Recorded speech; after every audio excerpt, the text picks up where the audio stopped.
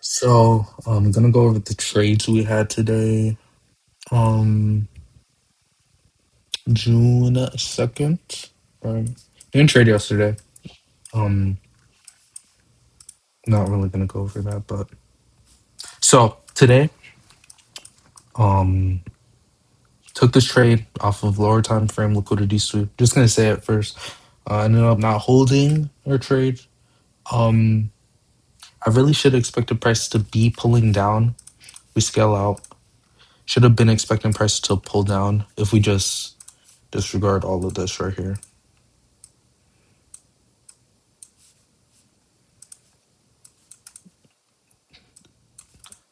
I expected this to work better. Hold on. We disregard all of this. We just see this right here. Just see price rally up. Should have been expecting price to pull down at some point and not, come all the way up here and then pull down. Um, so should have been expecting a play for a pullback today to an area of interest. However, I was looking for buys. I entered for a buy and exited literally a second before hitting stop loss, just so I could. Yeah, I saw price heading down, so I was like, all right.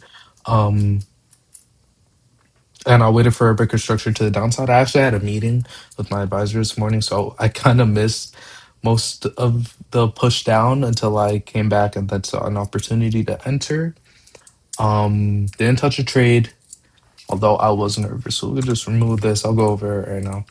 So 1 hour, of course, as said, we saw price break structure to the upside right here. So we're bullish right now. We're bullish. Swing structure bullish, but we do look. If we do look internal, right, we are kind of bearish at a sense. So before market open, saw price create liquidity down here. Pretty ugly liquidity if I'm being honest. If we're looking for A+ setups, this wasn't it at all for a buy. It was a setup, but it wasn't an A+ setup, you know. Um 1 to 5 minute. Saw price do this, I guess. So you see liquidity up here, and I didn't wait for a sweep here or anything. I don't know. This wasn't really good liquidity trading, honestly. Price today didn't really. I mean, it could have worked. It could have worked. We do see the price strong pull up after. Could have worked. However, just knowing hindsight bias that price is looking to pull down after a strong rally up off of a breakout structure. We're looking for price to pull back. We're not going to get chopped in expecting price to pull all the way up, pull back all the way up, pull back all the way. No, we're expecting price to do a deep pullback. Regain some structure, create some liquidity, sweep liquidity, um, mitigate supply and demand zones, all of that. So yeah, I entered here. It's gone down to 1 minute. Had a limit order down here, and price just slammed down. I exited like right here, and yeah, my TP was a 122.7. I'm pretty sure this was my TP at the -61. Yeah, it was at -61 point up, point 0.8 up here. We did see price tap into the 75% level. So this trade could have. Okay. My monitor just cut out. Hold on. Okay. So yeah, this trade could have played out. However, hindsight bias, as said, if we saw price do a not a crazy rally like this, with no sort of liquidity formed in the leg, no sort of supply demand zones mitigated while pushing up. It was just straight rally up. So of course we could expect price to come back down. Um, it's normal for us to, you know. It's not like something like this where we're creating liquidity. It's nice and slow action. It was a strong rally up over Asian session. So I don't know if you guys can see this, but my monitor keeps cutting out. I don't know if you guys can see that or not. Hopefully not. That's gonna be pretty weird for you guys to see. You just gonna see it. But anyways, so exited, and I'm like, all right, bet. I'll wait because I'm realistically waiting for a breaker structure. Honestly, here, this was the last point price broke structure, so we could delete this right now. And okay, that happened. All right. No, let me fix this real quick. I'll be all right. If the screen was frozen, I sincerely apologize. But as I was saying, I was waiting for a break restriction to the downside because once we see a break restriction to the downside, then we could expect a a pullback, then a continuation, probably on the lower time frame because on the higher time frame, it's just gonna look like a just look like a straight push, right? I'm gonna delete that after, but it's gonna look like a straight push on the um higher time frame. You don't really see a pullback here, right? So we're obviously gonna be waiting on the lower time frame to see a pullback. So on the 15 minute, I was on the 5 minute actually. Price continued pushing down, and I missed this entry right here. I would have entered right here. I like to have a entry where price breaks structure. So either here or here, but here would have been a good entry as well. We'll also see if Fibonacci got played out from here to where do I even put it? I think it was here somewhere. But 50% strong wick, strong closure down. Entry could have been there. Oop, oop. And TP right there. However, didn't see that. I was on the meeting. So I waited for price to continue pushing down. Once I got back on the charts, I was looking for an entry. And I scaled down to 1 minute. Looking for an entry right here. Price kept creating lower highs and lower lows on a 1 minute. And I entered off of price creating this kind of shooting star here, but kind of just a wick to the upside. I guess a small liquidity sweep, but I'm not even gonna count that. Um, and price continued pushing down, broke structure on the 1 minute, entered with TP up here. Above this, I mean stop loss up here, above this protected lower high, right? And it was a rocky trade. I'm gonna be honest, because price kept pushing up and pushed up again. In my mind, in back of my mind, I was contemplating maybe I should exit this trade or am I trading? Or what do you do all of this nonsense? You feel me? Yeah, but stuck in the trade. Price slammed all the way down here. Okay, so for my TPs, I was looking for areas of interest where price could stop at, and I had two areas. This area where price broke previously, and this other area of demand, right? Um,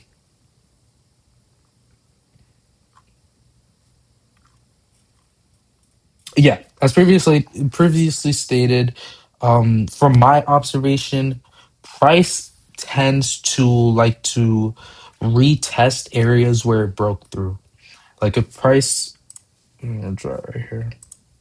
From my experience, you gotta test it out yourself. But price do this break structure or even break structure to the upside and like retest this area right here. Um, or better example would be this. Let's say price is just trending. Boom, boom, boom, boom, boom, boom, boom, boom. You'll tend to see this. You'll tend to see price retest. Oh my goodness. I forgot I did that. You'll tend to see price retest at the same area that price broke through, right? Where it created that lower low. It'll create a lower high at that same area. Lower low, lower high, lower low, lower high, lower low, lower high. Could probably find an example here somewhere. Today was pretty choppy, so I doubt we'll find it here. It works best in times when there is good structure, and usually higher time frame. But when you see it, you see it. It's not a confluence I rely on, but when I do see it, I do use that as a pretty strong confirmation to enter off of.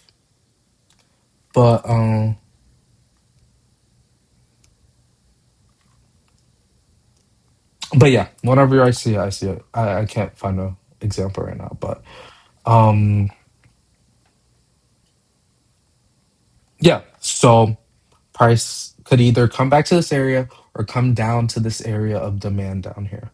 And price did end up coming to this area right here where price created this higher high, and it did create a rejection, created a lower high off of this area. I was kind of skeptical at this area because I was looking to take profit. Honestly, if I got in earlier, my TP would have been down. Not yeah, I don't know what I was thinking with that one, but I did have skepticism of price getting to this area. But then again, for price to invalidate sells as of right now, price would have to break structure off of this area. So price hasn't created a lower high here, right? Not a substantial lower high enough for to constitute a continuation of swing structure, right? So we're saying price move right now. This is a confirming um Berkeley structure for swing structure. Like it's on a higher time frame. On the lower time frame, if I see a 1 minute break of structure, like right here, I'm not gonna start looking for buys, you know. But um yeah, we just saw price create a lower high. You could call this break of structure. No, we're not constituting this as a break of structure. We're looking for strong structure, and I think that was the missing key during the session, where I was thinking I needed to see a small breaker structure to constitute a continuation of swing structure. But realistically, um I need strong confirmation because I'm not trading every day. But I am looking at the chart. So if I do see a small break of structure, you're just forcing yourself to get in a trade where you're gonna corner yourself. So that's why you got to be mechanical with your trading. If you don't see a strong, convicting break of structure, don't constitute it um, as a break bias altering break of structure. I'll say, yeah. But yeah. So as of right now, we're still looking for sells unless price realistically, for me, if price gets up above this area, I'm looking for buys again. But if price could realistically get all the way back to this area, even retest this area where price broke through, right? Like this whole area. If price gets above this area, then I'm looking for buys. But if price could have realistically, oh, which path came all the way. Actually, let me use illustration. So price could have realistically. Oops. Oh, forgot how to use this. Oh my goodness. Hold on. What was it? Let me find the button. Oh, there we go.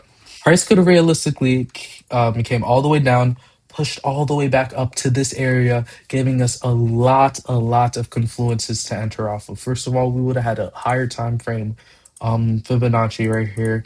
Probably tap into the 75% area. We would have had a um, retest of this um, supply area. A little iffy there, but supply, resistance a little bit, but and where price broke structure from. Price broke structure here, and we see a lot of movement at this area. We see this strong candlestick. We see price push all the way up, but get a lot of selling momentum just from this one area. So if we saw price get back to this area, best believe I'm looking for sells again. So I wouldn't even have gotten too phased from price even stopping me out and getting to this area. This would have just given us more confirmation that price probably isn't going to even stop right here. Like we see all these confirmations up here, price probably isn't going to stop down here. But we don't see that. We see a small pullback, which can tell us that price is likely just going to hit this area, um, and then move up. So price ends up hitting this area, sweeps liquidity down here, and is starting to move up. See a break structure here, but I stayed in this trade right here. Price break structure again, continues pushing down, and yeah, we see price end up hitting our negative 61.8 area as well down here on this Fibonacci, or what could have been Fibonacci. Um, because I'm not really gonna rely on a Fibonacci unless it does a pretty substantial pullback, either to this 50% area, which is a little iffy, or the 75%, which is where I like to get in at. You'll typically see, you know, if it applies, because sometimes it does not apply. Like right here, I remember this. Let's see, from here to here. We see price tap into this 75% area. Pretty deep retracement. But once you see this strong push up with other confluences, stacking confluences, you're not just relying on one. See this. You can be confident price is gonna push up. It's a lot of confirmation. So I feel like with me, I need to rely more on confirmation instead of just feeling. And see the hypotheticals. And this morning my A plus setup realistically should have been a break of structure, waiting for a break of structure before entering for a buy, because we do know that price is rallying up as of right now. So if we do see a break of structure to the downside, we can be more confident in buys.